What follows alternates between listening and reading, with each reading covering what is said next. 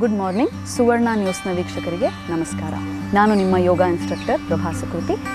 ದಿನಕ್ಕೊಂದು ಯೋಗದಲ್ಲಿ ಇವತ್ತು ನಾವು ಕಲಿತಾ ಇರೋ ಮುದ್ರೆ ಸೂರ್ಯ ಮುದ್ರೆ. ಈ ಮುದ್ರೆ ನಮ್ಮ ಜೀರ್ಣಶಕ್ತಿ ಅಥವಾ ಡೈಜೆಷನ್ನ ಹೆಚ್ಚು ಮಾಡಿಸೋದ್ರಲ್ಲಿ ತುಂಬ ಒಳ್ಳೆಯ ಒಂದು ಮುದ್ರೆ ಆಗಿರುತ್ತೆ. ಹಾಗೆ ಯಾರಿಗೆಲ್ಲ ವೆಯ್ಟ್ ಲಾಸ್ ಮಾಡ್ಕೊಳ್ಬೇಕು ಅಂತ ಇದೆ ಅವರಿಗೂ ಈ ಮುದ್ರೆ ತುಂಬ ಹೆಲ್ಪ್ಫುಲ್.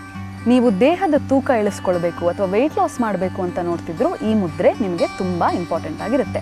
ಹಾಗೆ ಹೈಪೋಥೈರಾಯ್ಡಿಸಮ್ ಇದ್ದರೂ ಈ ಮುದ್ರೆಯ ಅಭ್ಯಾಸ ದಿನನಿತ್ಯ ಮಾಡಲೇಬೇಕು.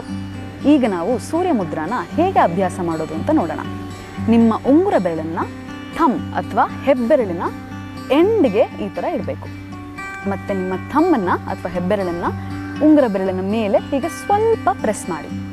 ಆಮೇಲೆ ಎರಡೂ ಕೈಗಳನ್ನು ನಿಮ್ಮ ತೊಡೆ ಮೇಲಿಟ್ಟು ಕಣ್ಣನ್ನು ಮುಚ್ಚಿ ದೀರ್ಘವಾಗಿ ಉಸಿರಾಡ್ತಾ 10 ರಿಂದ 15 ನಿಮಿಷದವರೆಗೂ ಇಲ್ಲೇ ಇರಿ.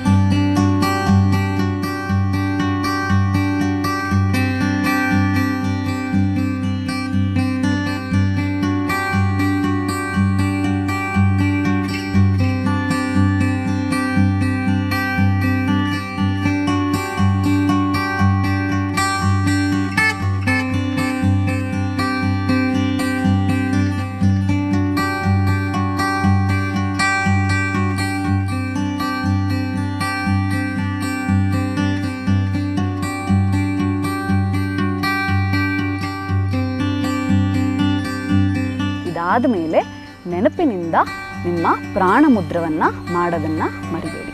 ಈಗ ಈ ಮುದ್ರೆನ ಯಾರೆಲ್ಲ ಮಾಡಬಾರ್ದು ಅಂತ ತಿಳ್ಕೊಳ್ಳೋಣ. ಈ ಮುದ್ರೆ ನಮ್ಮ ದೇಹದ ಹೀಟನ್ನು ಜಾಸ್ತಿ ಮಾಡುತ್ತೆ. ಹಾಗಾಗಿ ಬಿಸಿಲಿರೋ ಟೈಮಲ್ಲಿ ಈ ಮುದ್ರೆನ ಅವಾಯ್ಡ್ ಮಾಡಿ.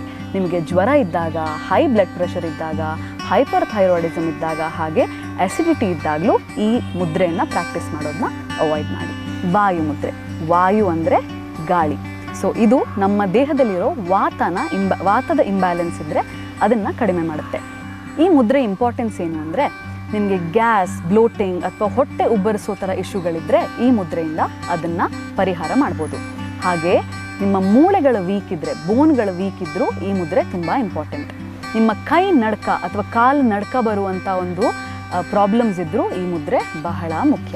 ಅದರ ಜೊತೆಗೆ ನಿಮ್ಮ ನರ್ವಸ್ ಸಿಸ್ಟಮ್ನ ಕಾಮ್ ಡೌನ್ ಮಾಡೋದ್ರಲ್ಲೂ ಮತ್ತು ಆಂಗ್ಸೈಟಿಯನ್ನು ಕಡಿಮೆ ಮಾಡೋದ್ರಲ್ಲೂ ಈ ಒಂದು ಮುದ್ರ ತುಂಬ ಮುಖ್ಯ ಪಾತ್ರನ ವಹಿಸುತ್ತೆ. ಈಗ ನಾವು ವಾಯು ಮುದ್ರಾನ ಹೇಗೆ ಮಾಡೋದು ಅಂತ ಕಲ್ತ್ಕೊಳ್ಳೋಣ. ಈಗ 5 ಬೆರಳನ್ನು ಈ ಥರ ಹಿಡಿದು ನಿಮ್ಮ ತೋರು ಬೆರಳನ್ನು ತುದಿಯನ್ನು ನಿಮ್ಮ ಹೆಬ್ಬೆರಳಿನ ಎಂಡ್ಗೆ ಈ ಥರ ನಿಲ್ಲಿಸಿ. ಈಗ ನಿಮ್ಮ ಹೆಬ್ಬೆರಳನ್ನು ತೋರು ಬೆರಳ ಮೇಲೆ ಸ್ವಲ್ಪ ಈ ಥರ ಪ್ರೆಸ್ ಮಾಡಿ ಉಳಿದ 3 ಬೆರಳನ್ನು ನೇರವಾಗಿಡಿ. ಈಗ ಎರಡೂ ಕೈಯಲ್ಲಿ ಇದೇ ಮುದ್ರವನ್ನು ಪ್ರಾಕ್ಟೀಸ್ ಮಾಡ್ತಾ ನಿಮ್ಮ ತೊಡೆಯ ಮೇಲೆ ಮೇಲ್ಭಾಗಕ್ಕೆ ಮಾಡಿ ಮುದ್ರೆಯನ್ನು ಇಡಿ. ಈಗ ನಿಮ್ಮ ಬೆನ್ನು ನೇರವಾಗಿರಲಿ. ನಿಧಾನವಾಗಿ ಕಣ್ಣನ್ನು ಮುಚ್ಚಿ 10 ರಿಂದ 15 ನಿಮಿಷದವರೆಗೆ ದೀರ್ಘ ಉಸಿರಾಡಿ.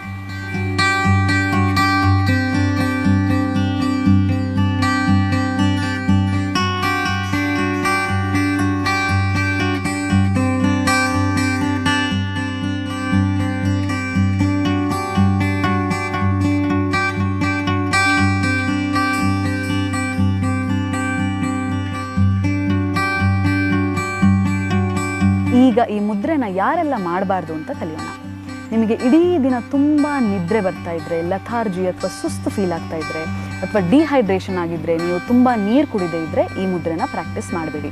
ಹಾಗೆ ಈ ಮುದ್ರೆ ನಿಮ್ಮ ದೇಹದಲ್ಲಿರೋ ಗಾಳಿನ ಕಮ್ಮಿ ಮಾಡೋದ್ರಿಂದ ನೀವು ಓಡಿದಾಗ ಅಥವಾ ವರ್ಕೌಟ್ ಮಾಡಿದಾಗ ತುಂಬ ಸುಸ್ತಾದಾಗ ಈ ಮುದ್ರೆ ಮಾಡೋದನ್ನು ಅವಾಯ್ಡ್ ಮಾಡಿ.